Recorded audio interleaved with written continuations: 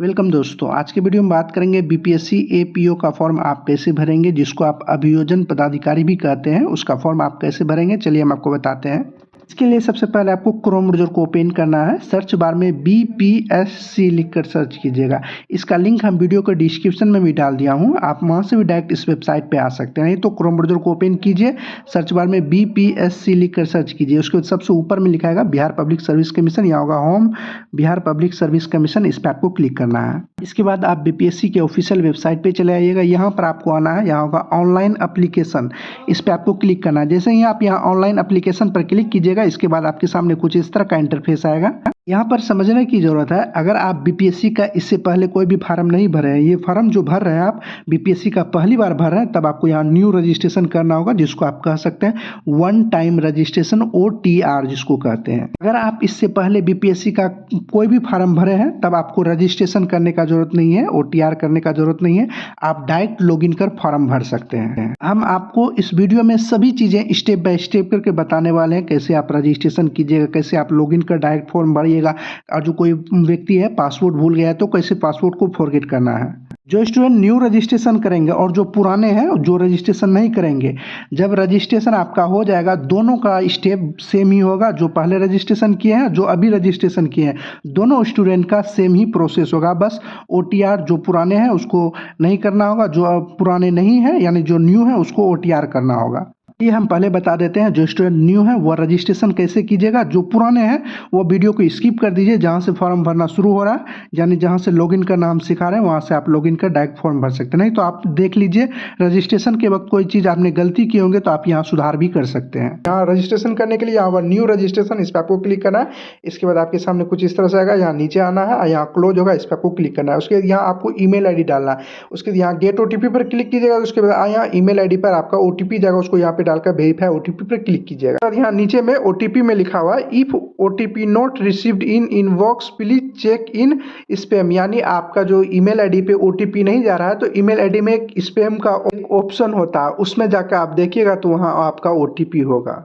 चलिए हम आपको बता ही देते हैं कि आप कैसे ईमेल ID में जाकर OTP को चेक कीजिएगा। एक बार यहाँ गेट OTP होगा, इस पर आपको क्लिक करना है। इसके बाद आपकी ईमेल ID पर OTP गया होगा। किसी किसी को OTP नहीं दिखाई दे रहा है, तो चलिए हम आपको बताते हैं आपका OTP कहाँ पर होगा। जब ईमेल ID खोलिएगा तो यहाँ पर 3 डॉट लाइन होगा, इस पर आपको क्लिक करना है। उसके बाद यहाँ स्पैम होगा, इस पर आपको क्लिक करना है। जैसे ही आप स्पैम पर क्लिक कीजिएगा, यहाँ आपका OTP होगा। यही OTP यहाँ पर डालकर वेरीफाई पर क्लिक करना है, वेरीफाई OTP पर क्लिक कीजिएगा। इसके बाद यहाँ पर अब आपको नीचे में मोबाइल नंबर डालना है। जो भी आपके पास मोबाइल नंबर होगा, उस मोबाइल नंबर को आपको यहाँ पर डालना है। मोबाइल नंबर डालकर यहाँ गेट OTP पर क्लिक कीजिएगा। उसके बाद आपके मोबाइल नंबर पर OTP जाएगा, उसको यहाँ पर डालकर यहाँ वेरीफाई OTP पर आपको क्लिक करना है। इसके बाद आपका OTP वेरीफाइड हो जाएगा। इसके बाद आपको यहाँ पर न्यू पासपोर्ट, एक आपको पासपोर्ट बनाना होगा। पासपोर्ट आपका देखिए, इसमें आपका सभी चीज़ होना चाहिए, जैसे एक लेटर होना चाहिए, एक स्मॉल लेटर, एक कैपिटल लेटर और एक स्पेशल कैटेगरी जैसे @ सब होता है, उस टाइप का होना चाहिए। आप जो भी पासपोर्ट बनाना चाहते हैं आप बना लीजिएगा। इसके बाद कन्फर्म पासपोर्ट में आपको दोबारा से पासपोर्ट यहाँ डाल दीजिएगा। उसके बाद यहाँ कैंडिडेट नेम आपको डालना है, मैट्रिक क्लास के जिस सर्टिफिकेट में होगा वही नाम आपको यहाँ पे डालना है। इसके बाद यहाँ होगा वेरीफाई कैंडिडेट नेम, इसमें आपको फिर से दोबारा आप अपना नाम लिख दीजिएगा। इसके बाद यहाँ नीचे में होगा कैंडिडेट फादर्स नेम, यहाँ आप अपना पिता का नाम लिखिएगा मैट्रिक क्लास के सर्टिफिकेट में जो होगा। उसके बाद वेरीफाई कैंडिडेट फादर्स नेम में आपको फिर से यहाँ पे फादर्स नेम डालना है। उसके बाद कैंडिडेट मदर्स नेम में आपको अपना माता का नाम डालना है। उसके बाद वेरीफाई कैंडिडेट मदर्स नेम में आपको दोबारा से मदर्स नेम डालना है यहाँ पर।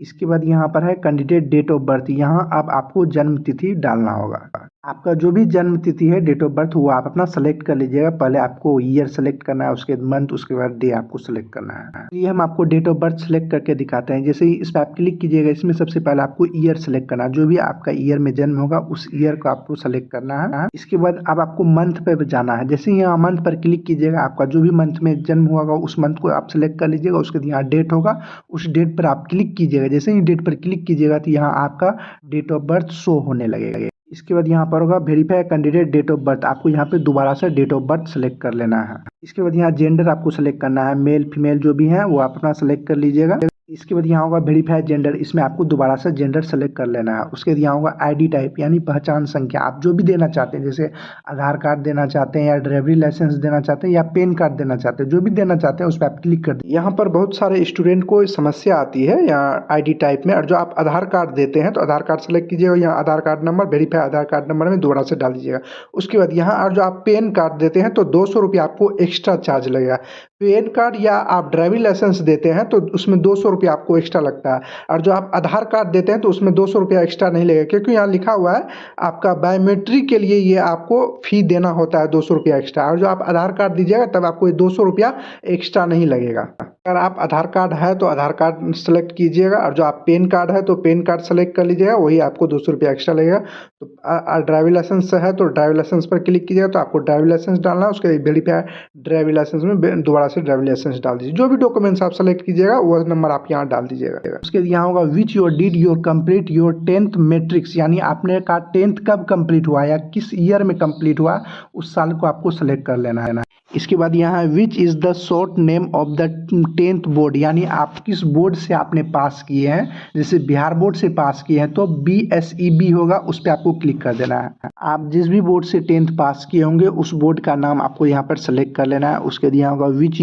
Which your seat roll number of 10th matrix, यानी मैट्रिक्स में आपका क्या रोल नंबर था वो आपको यहाँ पे डाल देना है। इसके बाद यहाँ पर है which your did your complete your 12th intermediate, यानी आपका इंटरमीडिएट कब आपने पास किए हो उस ईयर का आपको सेलेक्ट करना है। उसके बाद यहाँ ब्लड ग्रुप, आपका जो भी ब्लड ग्रुप होगा वो आपको यहाँ पे डाल देना है। इसके बाद यहाँ पर विच योर फेवरेट स्पोर्टमैन, यानी आपका कौन सा खिलाड़ी फेवरेट है उस खिलाड़ी का यहाँ नाम आपको डाल देना है। आपको जो भी पसंद है उस खिलाड़ी का यहाँ नाम अपना डाल दीजिएगा। इसके बाद यहाँ होगा आई एग्री बॉक्स होगा, उस पर आप टिक कर दीजिएगा। उसके बाद यहाँ नीचे आइएगा, यहाँ नीचे में होगा रजिस्टर, इस पर आपको क्लिक करना है। इसके बाद यहाँ पर कुछ कैप्चा आएगा, उस कैप्चा को यहाँ पे डाल दीजिएगा। उसके यहाँ आई एग्री बॉक्स पर आप क्लिक कर दीजिएगा। उसके बाद यहाँ होगा रजिस्टर, इस पर आपको क्लिक कर देना है। रजिस्टर पर क्लिक कीजिएगा, कुछ इस तरह का इंटरफेस आएगा, यहाँ लोडिंग लेगा। उसके बाद आपका रजिस्ट्रेशन कंप्लीट हो जाएगा।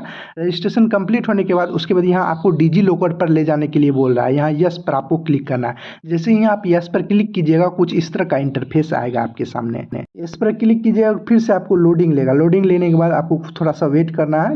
वेट करने के बाद उसके बाद आपके सामने कुछ इस तरह का इंटरफेस आएगा। इसके बाद अब आपको डिजी लॉकर पर ले जाएगा, और आपका डिजी लॉकर में पहले से अकाउंट है तो आप यहाँ मोबाइल नंबर डालकर सिंग इन पर क्लिक कीजिएगा, तो आपके मोबाइल नंबर पर OTP जाएगा, उस पर क्लिक कर यहाँ पर आपको लॉगिन हो जाएगा। अगर आप डिजी लॉकर पर पहली बार आ रहे हैं तो यहाँ पर होगा न्यू यूजर सिंग अप, इस पर आपको क्लिक करना है। इस पर आप क्लिक कीजिएगा, कुछ इस तरह का इंटरफेस आएगा। इस पर क्लिक करने के बाद थोड़ा सा आप वेट कीजिएगा, कुछ इस तरह का इंटरफेस आएगा। यहाँ सबसे आप अपना मोबाइल नंबर डाल दीजिएगा। उसके यहाँ जनरेट OTP होगा, उस पर आप क्लिक कर यहाँ OTP आएगा, उस OTP को आपको यहाँ फिल कर दीजिएगा। उसके यहाँ full name, date of birth आपको सेलेक्ट करना है। डेट ऑफ बर्थ सेलेक्ट करने के बाद यहाँ जेंडर आपको सेलेक्ट करना है। उसके यहाँ यूजर नेम आपको सेलेक्ट करना है। उसके बाद पिन आपको सेट करना है, उसके कन्फर्म पिन में आपको फिर से पिन सेट करना है। उसके यहाँ बॉक्स होगा, इस पर आप क्लिक कर यहाँ वेरीफाई पर आप क्लिक कर दीजिएगा। डिजी लॉकर पर अकाउंट बनाने के बाद उसके फिर से आपको यहीं पर आना होगा, यहाँ पर मोबाइल नंबर पर ही क्लिक रहने दीजिएगा। उसके यहाँ आप अपना मोबाइल नंबर यहाँ पे डाल दीजिएगा। इसके बाद आपको यहाँ पर आना होगा, यहाँ पिन लेस ऑथेंटिक होगा, इस बॉक्स पर आपको क्लिक करना। इसके बाद यहाँ होगा आई कंटेक्ट टू, नीचे में इस पे भी आगे में बॉक्स होगा, इस पे भी आप क्लिक कर दीजिएगा। जैसे ही क्लिक कीजिएगा उसके बाद यहाँ सिंग इन पर क्लिक करना है। उसके बाद आपके मोबाइल नंबर पर OTP जाएगा, उस OTP को यहाँ पर आपको डालना होगा। OTP डालने के बाद उसके बाद यहाँ सिंग इन होगा, इस पर आपको क्लिक करना है। जैसे ही इस पर आप क्लिक कीजिएगा कुछ इस तरह का इंटरफेस आएगा। इसके बाद आपके डिजी लॉकर पर ये ऑटोमेटिक लॉगिन कर देगा। उसके बाद आपको यहाँ पर नीचे आना है। नीचे में जैसे यहाँ पे थोड़ा सा नीचे कीजिएगा, यहाँ पर अलाउ होगा, इस अलाउ पर आपको क्लिक कर देना। जैसे ही यहाँ अलाउ पर क्लिक कीजिएगा कुछ इस तरह का इंटरफेस आएगा। इसके बाद आपका रजिस्ट्रेशन सक्सेसफुली हो गया। अब आपको यहाँ पर लॉगिन कर फॉर्म भरना है। सबसे पहले यहाँ लॉगिन करने के लिए यहाँ register email ID, mobile number या यूजर नेम आपको जो भी देना है वो अपना तीनों में से कोई भी चीज़ यहाँ पे डाल दीजिएगा। उसके बाद यहाँ इंटर पासवर्ड में आपने जो भी पासवर्ड अभी बनाया था रजिस्ट्रेशन वक्त, आपने जो भी पासवर्ड बनाया था उस पासवर्ड को डालकर यहाँ लॉगिन पर आपको क्लिक करना है। क्लिक कर देना। अगर आप पासवर्ड भूल गए तो यहाँ होगा फॉरगेट पासवर्ड, इस पे जाकर फॉरगेट कर सकते हैं आप। पासवर्ड फॉरगेट करने के लिए यहाँ होगा फॉरगेट पासवर्ड, इस पे आप क्लिक कीजिएगा। उसके बाद यहाँ ईमेल आईडी या मोबाइल नंबर दोनों में से किसी माध्यम से आप कर सकते हैं। जैसे ईमेल आईडी से कीजिएगा तो ईमेल आईडी पे क्लिक कीजिएगा, मोबाइल नंबर से करना चाहते हैं तो मोबाइल नंबर पे क्लिक कीजिएगा। तो मोबाइल नंबर से करना चाहते हैं तो यहाँ मोबाइल नंबर डालिएगा।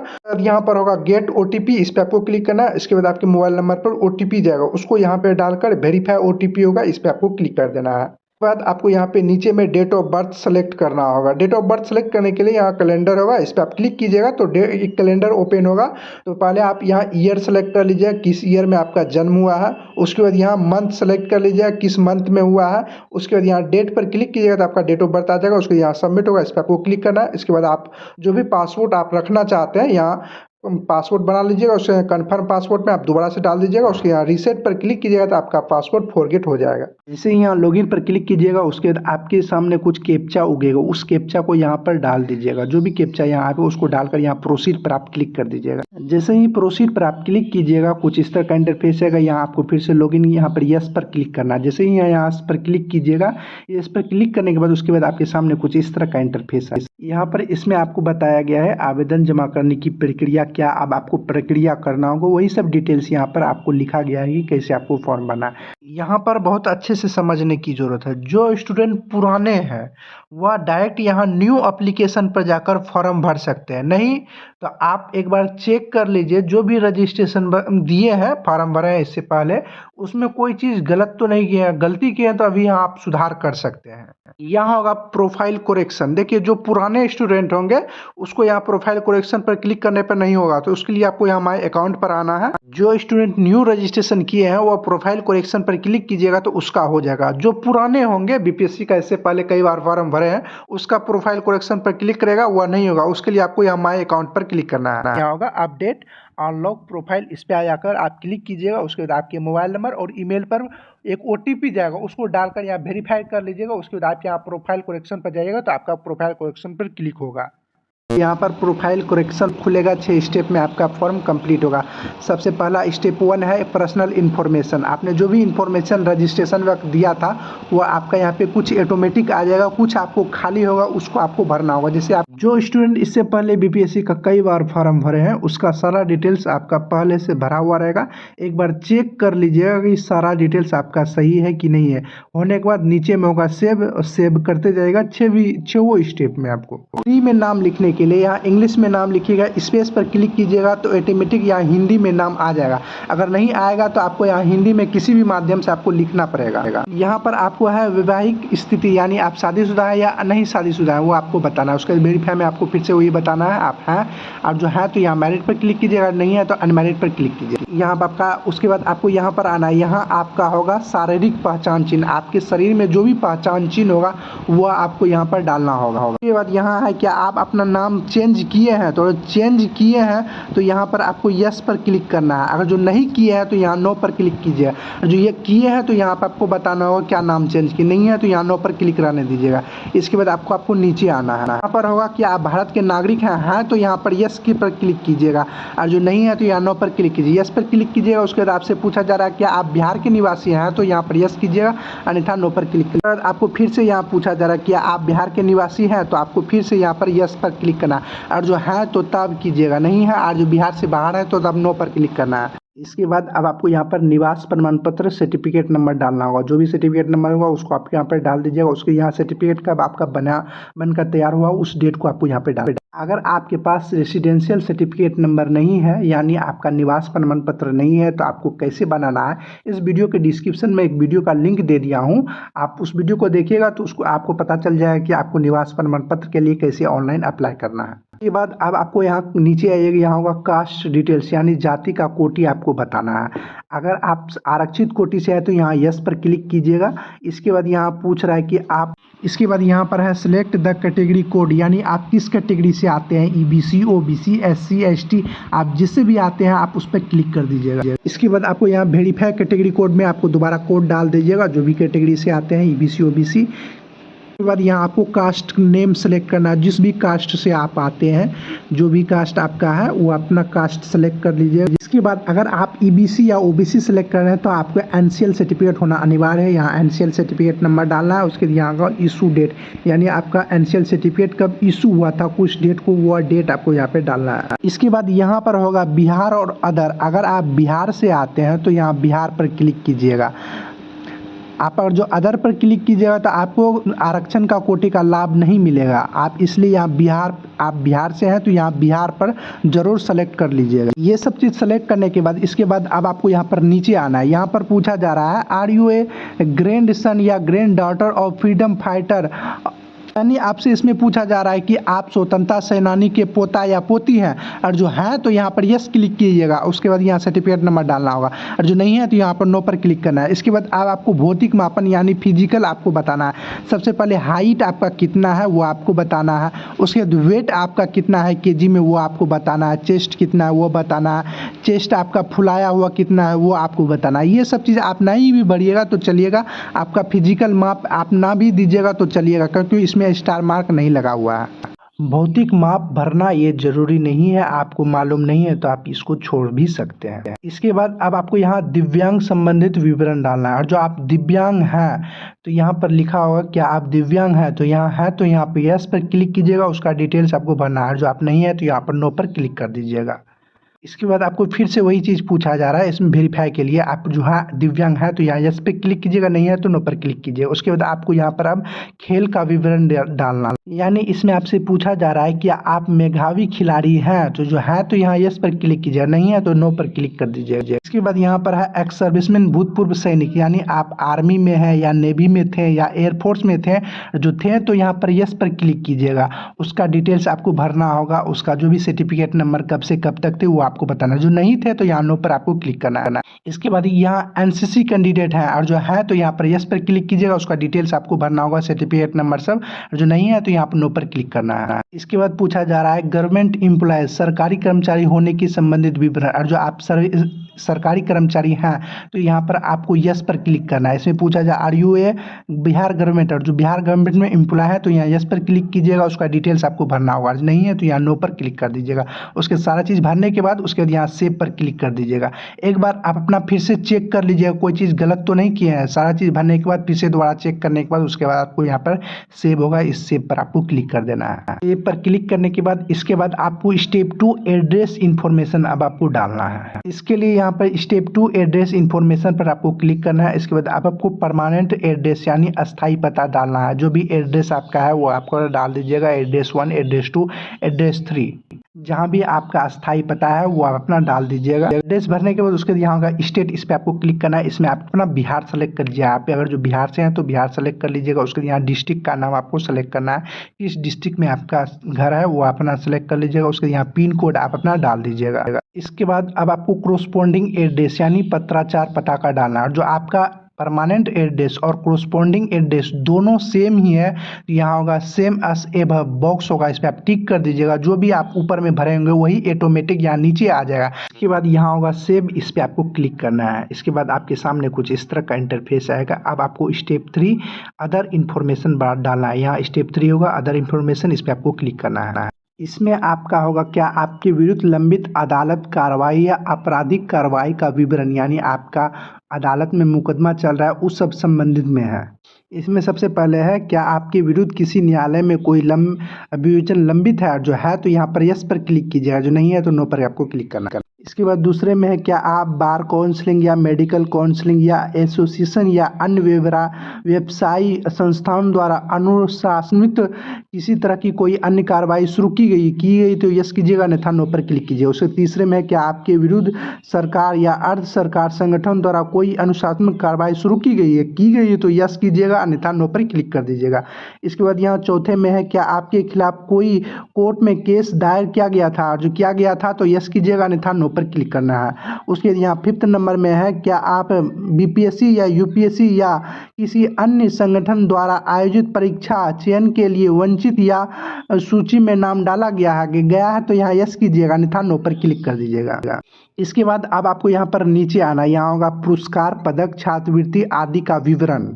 फर्स्ट में है टीम, गेम, खेल, स्पोर्ट्स, एनसीसी, पूर्वोत्तर आदि है। और जो आप किसी टीम में या कोई गेम या स्पोर्ट्स या एनसीसी से खेले हैं तो यहाँ पे उसका नाम दीजिएगा। ये सब चीज़ भरना जरूरी नहीं है, आप भर सकते हैं, नहीं तो आप इसको छोड़ भी सकते हैं। उसके सेकंड में स्कूल कॉलेज के धारक वशिष्ठ नेतृत्व का पद किए हैं तो यहाँ पे उसका डिटेल्स आपको भरिया है। उसके दिया अन्य पाठ्यक्रम विधि या रुचियाँ आदि है तो वो आपको अपना रुचियाँ सब बताना है। जो है ये सब चीज़ आपका भरना मैंडेटरी नहीं है, आप भरना चाहते हैं तो आप भर दीजिएगा, नहीं तो आप इसको छोड़ भी सकते हैं। हर चीज़ भरने के बाद उसके यहाँ होगा सेव, इस पे आपको क्लिक करना है। इसके बाद आपके सामने कुछ इस तरह का इंटरफेस है। इसके बाद यहाँ स्टेप 4 क्वालिफिकेशन इन्फॉर्मेशन, इस पे आपको क्लिक करना है। क्वालिफिकेशन इन्फॉर्मेशन डालने से पहले हम आपको बता देते हैं ये फॉर्म भरने के लिए आपके पास क्या एलिजिबिलिटी होनी चाहिए, यानी आपकी पढ़ाई क्या होनी चाहिए। देखिए यहाँ 3 नंबर में लिखा हुआ है शैक्षणिक योग्यता किसी मान्यता प्राप्त विश्वविद्यालय से विधि में स्नातक यानी लॉ स्नातक होना चाहिए और नियुक्ति के लिए उम्मीदवारी के लिए न्यूनतम शैक्षणिक योग्यता विधि स्नातक यानी लॉ स्नातक ग्रेजुएशन होना चाहिए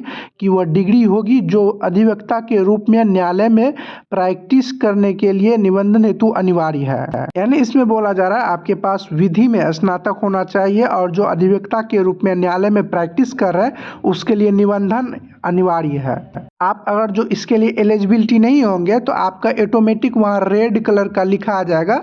आप पहले एलिजिबिलिटी कैटेगरी आप भरिए, आपको समझ में नहीं आ रहा है, आप आगे प्रोसेस कीजिएगा तो वो ऑटोमेटिक आपको बता देगा कि आपके पास जो भी एलिजिबिलिटी है यानी आपने जो भी पढ़ाई की है उसके लिए आप योग्यता, ये फॉर्म भरने के लिए आप योग्य नहीं है। और भी जानकारी दी गई है कैसे एग्जाम लिया जाएगा, कितने प्रश्नों का एग्जाम लिया जाएगा और सब सारा डिटेल्स इसमें दिया गया है। आप पढ़ना चाहते हैं तो आप इस नोटिफिकेशन को एक बार जरूर फॉर्म भरने से पहले पढ़ लीजिएगा। चलिए अब हम आपको बताते हैं कि आपको कैसे एलिजिबिलिटी क्राइटेरिया भरना है।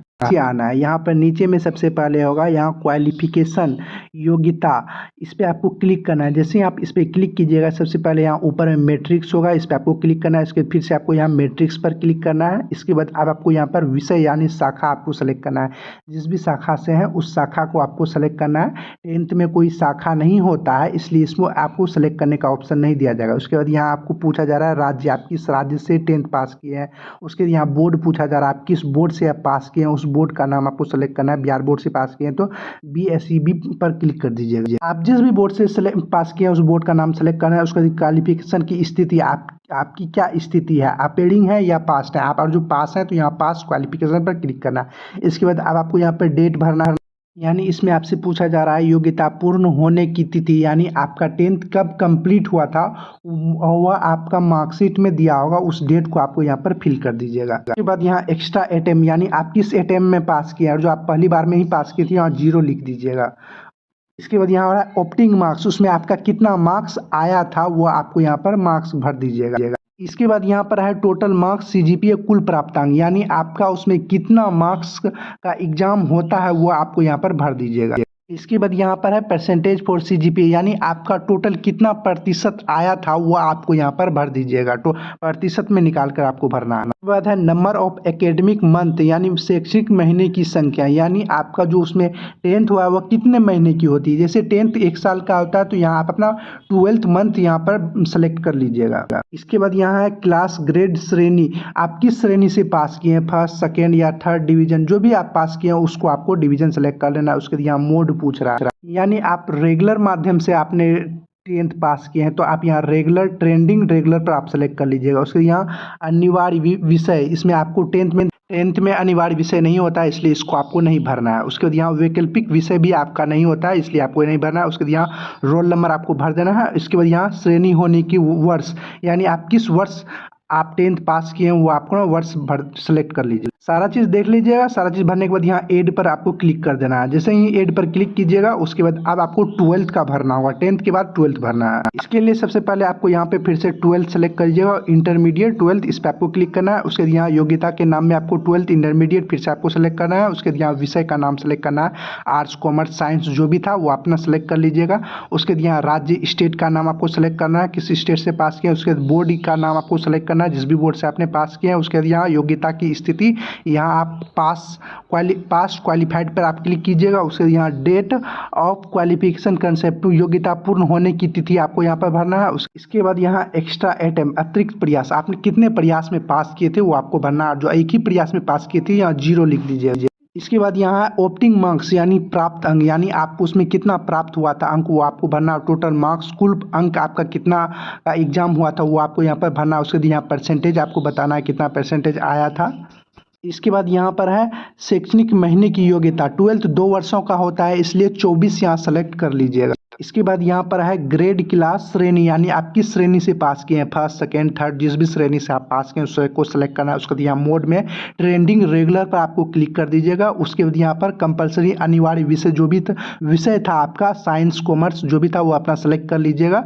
इसके बाद यहाँ वैकल्पिक विषय, वैकल्पिक विषय में आपका जो भी था कॉमर्स, आर्ट्स, साइंस, वो अपना सेलेक्ट कर लीजिएगा। सभी सब्जेक्ट में एक ही आपका साइंस था तो आप साइंस सेलेक्ट कर लीजिएगा।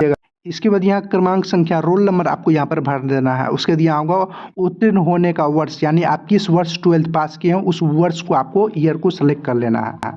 12th का भी सारा चीज़ भरने के बाद उसके बाद यहाँ एड पर आपको क्लिक कर देना है। एड पर क्लिक करने के बाद उसके बाद ये एड हो जाएगा। इसके बाद अब आपको ग्रेजुएशन का भरना होगा। इसमें सबसे पहले आपको यहाँ क्वालिफिकेशन योग्यता में आप यहाँ पे क्लिक कीजिएगा तो यहाँ पे नीचे आइएगा, नीचे में लिखा होगा ग्रेजुएशन। ये हम जो भर रहे हैं एलिजिबिलिटी कैटेगरिया, हम जो किए हैं वो भर रहे हैं। आप जो किए हैं, आपके पास जो भी सर्टिफिकेट है, आप जो भी पढ़ाई किए हैं वो आप अपने अनुसार से भरिएगा। मेरा वाला देख कर नहीं भर लीजिएगा, क्योंकि आप जो किए हैं तो आपको मालूम होगा कि आपने लॉ में स्नातक किए तो आप लॉ स्नातक वाला चीज़ भरिएगा। हम नॉर्मल बीएससी किए हैं तो हम नॉर्मल बीएससी वाला भर रहे हैं। हम आपको बता रहे हैं कि कैसे आपको फॉर्म भरना है। आप यहाँ नीचे करते जाइए, यहाँ लिखिए, लिखा है ग्रेजुएट, इस पर आपको क्लिक करना है। इसके बाद अब आपको यहाँ पर आना है। योग्यता के नाम में आपका जो भी विषय था, जैसे बीएससी था या बीकॉम था, जो सब सब्जेक्ट था आपका, उसके जैसे आप मैथ ऑनर्स किए तो बीएससी मैथमेटिक्स होगा। आपने आपका जो भी विषय था वो अपना सेलेक्ट कर लीजिएगा। यहाँ जैसे ये जो फॉर्म अभी भर रहे हैं वो एलएलबी ग्रेजुएशन का होना चाहिए, तो उसके अनुसार से आप सारा डिटेल्स भरिएगा। हम जो किए हैं हम अपने अनुसार से ये डिटेल्स भर रहे हैं, आप जो किए हैं वो अपने अनुसार से ये डिटेल्स भरिएगा। आपने आपका जो भी विषय था वो अपना सेलेक्ट कर लीजिएगा यहाँ। इसके बाद अब आपको यहाँ पर सब्जेक्ट, ब्रांच, विषय, शाखा, यानी आप किस शाखा से पास किए थे।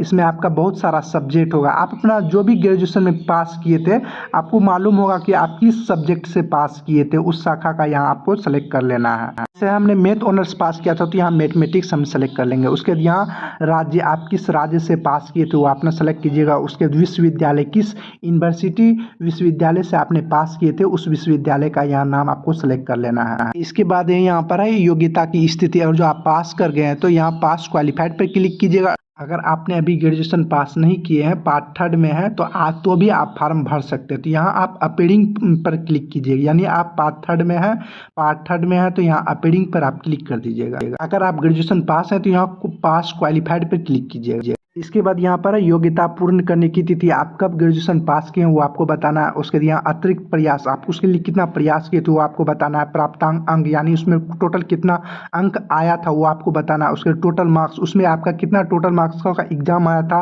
वो आपको बताना है। उसके यहाँ परसेंटेज कितना आया था वो आपको यहाँ बताना है। इसके बाद यहाँ महीने बताना है, यानी ग्रेजुएशन मतलब 3 साल का होता है, 36 मंथ का होता है, वो आपको 36 यहाँ सेलेक्ट कर लेना है। अगर आपका 3 साल या 4 साल का था उस हिसाब से आप सेलेक्ट करिए। लेकिन ग्रेजुएशन आमतौर पर पहले जो होता था वह 3 साल का होता था, अब लेकिन 4 साल का होता है।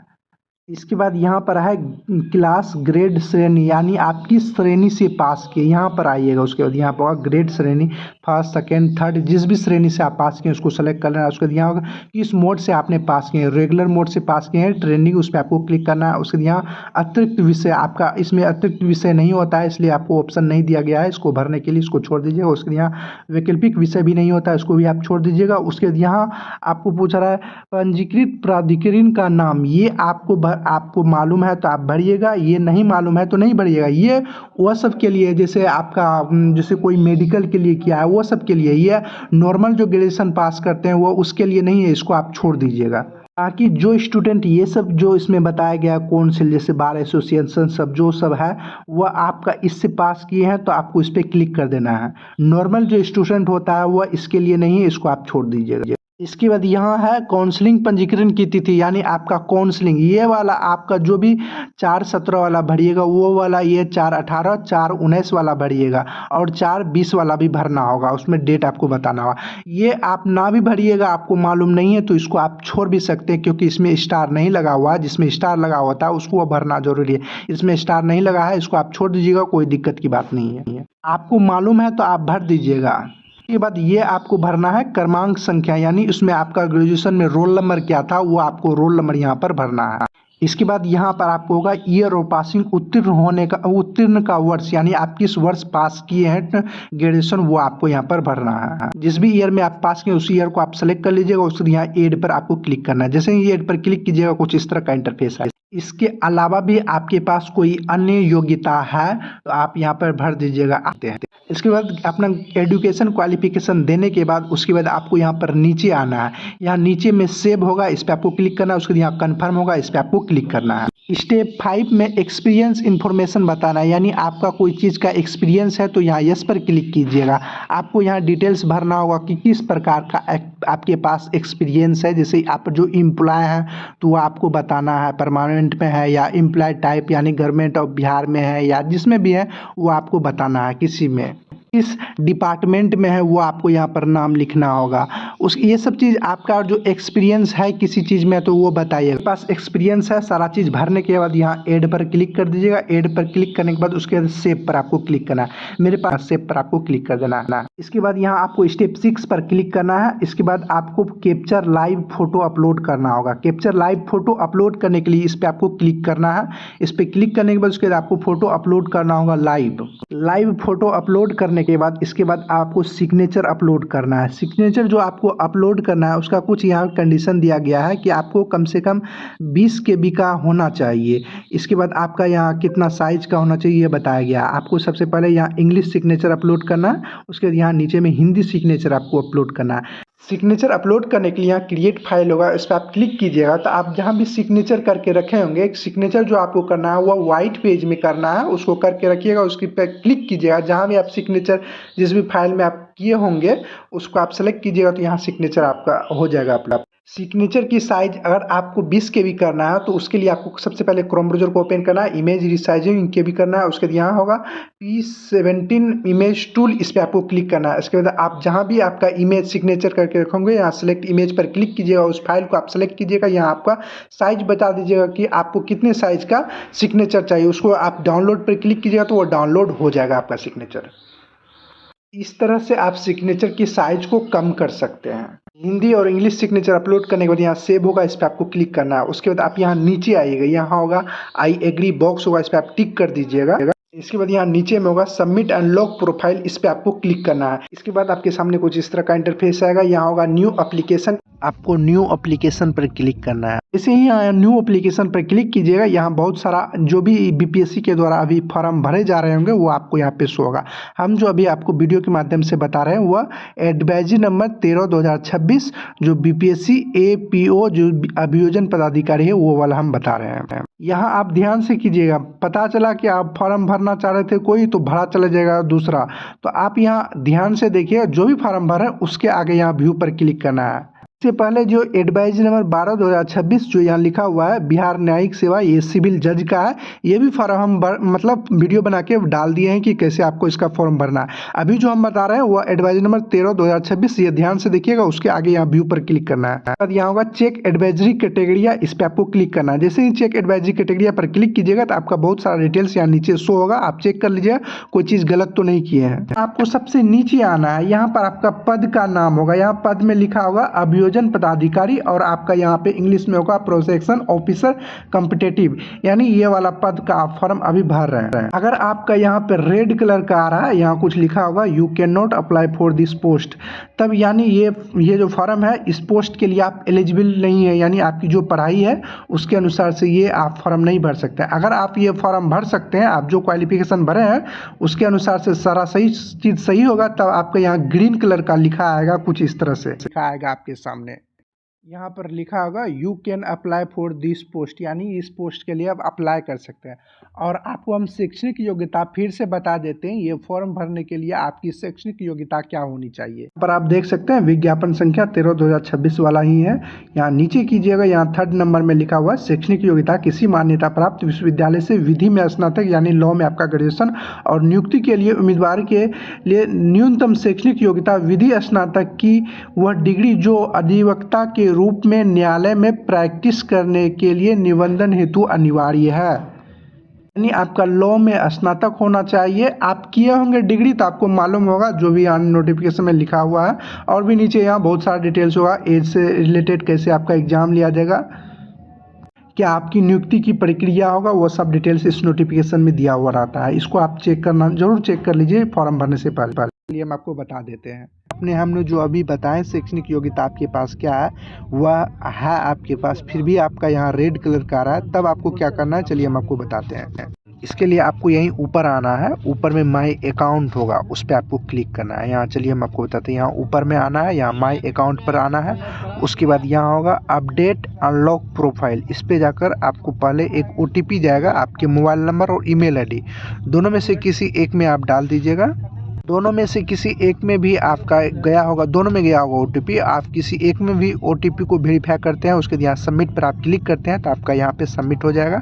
इसके बाद आपको जहाँ क्वालिफिकेशन होता है वहाँ पर जाकर आपको फिर से एडिटिंग करना होगा, तभी आपका वहाँ ग्रीन कलर का आएगा। ये हम आपको करके दिखाते हैं। उसके बाद OTP जाएगा, OTP डालने यहाँ सबमिट पर क्लिक कीजिएगा, तब आपका यहाँ पर प्रोफाइल अपडेट सक्सेसफुली आ जाएगा। उसके यहाँ स्टेप 4 में क्वालिफिकेशन पर आपको आना है। यहाँ आपने जो भी पहले क्वालिफिकेशन भरे होंगे उसको आपको यहाँ पे थोड़ा सा एडिट करना होगा। चलिए हम आपको दिखाते हैं। जैसे ग्रेजुएशन का है तो इस 3 वाले बिंदु पर क्लिक कीजिएगा, जिसका भी एडिट करना चाहते हैं उस पर। उसके यहाँ ऊपर में आएगा 2 ऑप्शन आएगा, एक एडिट का एक डिलीट का, तो आपको ऊपर वाले एडिट वाले पे ऑप्शन पर क्लिक करना है। उसके बाद फिर से आप यहाँ पर एक बार अपडेट कर लीजिएगा अपना ग्रेजुएशन का। जैसे ही ग्रेजुएशन का अपडेट कीजिएगा उसके बाद आप फिर वहाँ जाइएगा तो आपका ग्रीन कलर का आ जाएगा। ग्रीन आपका तभी आएगा जब आपका जो भी क्वालिफिकेशन हमने अभी बताया है वो क्वालिफिकेशन होगा, तभी आपका ग्रीन आएगा। इसके बाद आपको यहाँ स्टेप 6 में आना है। उसके बाद यहाँ नीचे आएगा, यहाँ आई एग्री होगा, बॉक्स को टिक कीजिएगा। उसके बाद यहाँ सबमिट एंड लॉक प्रोफाइल, उसके बाद यहाँ कन्फर्म आएगा, कन्फर्म पर आपको टिक कर देना है। इसके बाद आपको यहाँ न्यू एप्लीकेशन पर क्लिक करना है। इसके बाद यहाँ न्यू एप्लीकेशन पर क्लिक कीजिएगा, नीचे आएगा यहाँ 4th नंबर में 3/2026 होगा, अभियोजन पदाधिकारी। उसके आगे यहाँ होगा व्यू, इस पर आपको क्लिक करना है। देखिए हम फिर से आपको बता रहे हैं कि जो फार्म भरिएगा उसके आगे व्यू करना है। आप और जो 13 नंबर वाला अभियोजन पदाधिकारी वाला भर रहे हैं तो उसके आगे यहाँ व्यू पर क्लिक कीजिएगा। व्यू पर क्लिक कीजिएगा, उसके यहाँ चेक एडवाइजरी कैटेगरिया होगा, यहाँ चेक एडवाइजमेंट कैटेगरिया होगा, इस पर आपको क्लिक करना है। इसके बाद देखिएगा यहाँ आपका ग्रीन कलर का आ जाएगा। इसके बाद सबसे नीचे आना है, यहाँ पर आपको यहाँ पूछा जा रहा है inter previous attempt of appearing, यानी आपने BPSC का इससे पहले कितने बार एग्जाम दिए हैं वह संख्या यहाँ पर आपको डालना। अगर आप अभी तक नहीं दिए तो यहाँ 0 लिख दीजिएगा, 0। अगर आप दिए हैं तो जितने बार दिए हैं वह यहाँ पे अंक आप यहाँ दर्शा दीजिएगा, 1 बार 2 बार 3 बार जितने बार दिए हैं वो दर्शाएगा। उसके यहाँ अप्लाई होगा, इस पर आपको क्लिक करना है। इसके बाद यहाँ नीचे में देखिएगा आप जो भी डॉक्यूमेंट्स इससे पहले और आप पहले फॉर्म भरे हुए थे तो आपका यहाँ डॉक्यूमेंट्स पहले से भरा हुआ रहेगा, उसको यहाँ पे व्यू अपलोडेड डॉक्यूमेंट पर जाकर उसको चेक कर सकते हैं कि जो सब डॉक्यूमेंट्स यहाँ पर है उसको आप देख सकते हैं कि यही वाला आपका सही था या नहीं था।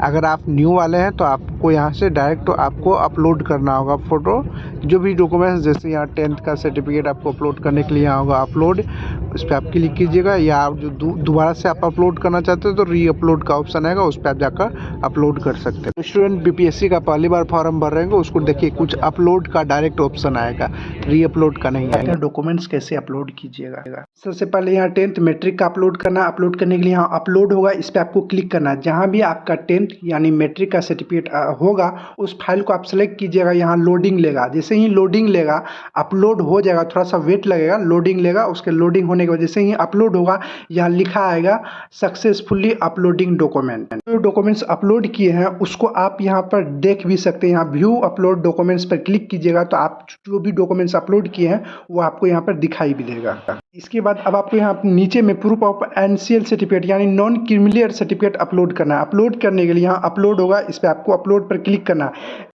आपका कैटेगरी वगैरह जैसे कोई SC ST का है तो वो SC ST का अपलोड करेंगे। वो आपका जो भी फॉर्म भरने वक्त जो भी सेलेक्ट किए थे उसके अनुसार से डॉक्यूमेंट आपको सेलेक्ट करना है, यानी अपलोड करना है। अपलोड पर क्लिक करने के बाद जहाँ भी आपका नॉन क्रिमिनल सर्टिफिकेट यानी NCL सर्टिफिकेट होगा उस फाइल को आप सेलेक्ट कीजिएगा तो यहाँ पर लिखा आ जाएगा document successfully uploaded. Proof of non criminal certificate उसी को अपलोड करना है जो EBC OBC वाले स्टूडेंट हैं, उसी को अपलोड करना होगा। बाकी जो SC ST जनरल है उसको NCL सर्टिफिकेट अपलोड करने का ऑप्शन ही नहीं आएगा। अपलोड हो जाएगा तो यहाँ लिखा आएगा डॉक्यूमेंट्स अपलोड सक्सेसफुली। इस आपको आप यहाँ व्यू अपलोड डॉक्यूमेंट्स पर क्लिक कीजिएगा तो आप जो भी अपलोड किए हैं वो आपको दिखाई भी देगा। इसके बाद आपको कैटेगरी प्रूफ ऑफ कैटेगरी यानी आप EBC OBC SC ST जिससे भी आते हैं उसको कैटेगरी वो आपको मतलब प्रूफ करना होगा कि आप जैसे बनाए होंगे कास्ट सर्टिफिकेट उसमें आपको लिखा होगा कि इस कैटेगरी से है तो उसको आपको अपलोड करना होगा। उसको अपलोड करने के लिए यहाँ अपलोड होगा, इस पर आप क्लिक कीजिएगा तो आप जहाँ भी उसको फाइल रखे होंगे अपलोड PDF बना के उसको अपलोड कीजिएगा तो यहाँ लिखा अभी आएगा डॉक्यूमेंट्स अपलोड सक्सेसफुली। अगर आपने अभी तक कास्ट सर्टिफिकेट नहीं बनाया है तो हम वीडियो के डिस्क्रिप्शन में लिंक दे दिया हूँ, एक वीडियो का लिंक, आप उसको देखिएगा तो आपको पता चल जाएगा कि आपको कास्ट सर्टिफिकेट कैसे बनाना है। इसके बाद अगर आप बिहार से हैं तो प्रूफ ऑफ डोमिसाइल यानी आप निवास प्रमाण पत्र अपलोड करना होगा। अपलोड करने के लिए यहाँ अपलोड पर क्लिक कीजिएगा तो उसके बाद जैसे ही अपलोड पर क्लिक कीजिएगा जहाँ भी आपका निवास प्रमाण पत्र रेसिडेंशियल सर्टिफिकेट होगा उस PDF को आप सेलेक्ट कीजिएगा तो यहाँ आपका लोडिंग लेगा। उसके बाद यहाँ सक्सेसफुली यहाँ अपलोडिंग हो जाएगा, कुछ इस तरह से लिखा भी आपके सामने आ जाएगा। इस तरह से आप डॉक्यूमेंट्स ये सब जो भी डॉक्यूमेंट्स आपके लिए एलिजिबिलिटी होगा वो आपका यहाँ पर आ जाएगा। इस तरह से आप डॉक्यूमेंट्स अपलोड कर सकते हैं। अब आपको यहाँ क्रिएट लाइव फोटो आपको फिर से अपलोड करना होगा। यहाँ क्रिएट लाइव फोटो पर आप क्लिक कीजिएगा, आपको 5 सेकंड लगेगा। उसके बाद आपका कैमरा ओपन हो जाएगा सेल्फी के लिए। आप अपना सेल्फी ले लीजिएगा, उसके आई एग्री बॉक्स होगा इस पर आप टिक कर दीजिएगा। उसके बाद आपको यहाँ पर नीचे आना है, यहाँ पर होगा इंटर करेंट लोकेशन यानी आप वर्तमान समय में कहाँ हैं उसका आपको यहाँ पर स्थान लिख दीजिएगा। इसके बाद यहाँ सबमिट एंड पे फी इस पर आपको क्लिक करना है। इसके बाद आप अगर जो ऊपर में आइएगा यहाँ पर कुछ बॉक्स होगा उस पर आप टिक नहीं कीजिएगा, जैसे यहाँ डॉक्यूमेंट्स में होगा यहाँ सब में डॉक्यूमेंट्स में टिक कर दीजिएगा। आप जो टिक नहीं लगा होगा उसे टिक करने के बाद उसके फिर से आपको यहाँ पर नीचे आना है। नीचे आने के बाद यहाँ सबमिट एंड पे फीस पर क्लिक करना है। उसके बाद आपके सामने कुछ इस तरह का इसके बाद आप जिस भी माध्यम से पेमेंट कटाना चाहते हैं आप कटा दीजिएगा, जैसे credit card, debit card, internet banking, UPI, net banking, SBI branch payment. जैसे हम UPI से कराना चाहते हैं तो यहाँ UPI होगा, हम इस पर क्लिक कर देते हैं। उसके बाद यहाँ होगा UPI ID से कराना चाहते हैं तो यहाँ UPI ID आपको यहाँ पे डाल देना है। जो आप QR कोड जनरेट करना चाहते हैं तो यहाँ QR कोड होगा, इस पर आप क्लिक कीजिएगा तो एक QR कोड जनरेट होगा। उस QR कोड पर आप जैसे ही पेमेंट कटाइएगा तो आपका यहाँ पेमेंट सक्सेसफुली लिखा आ जाएगा। आपको पेमेंट कटाने में थोड़ा सा वेट करना है।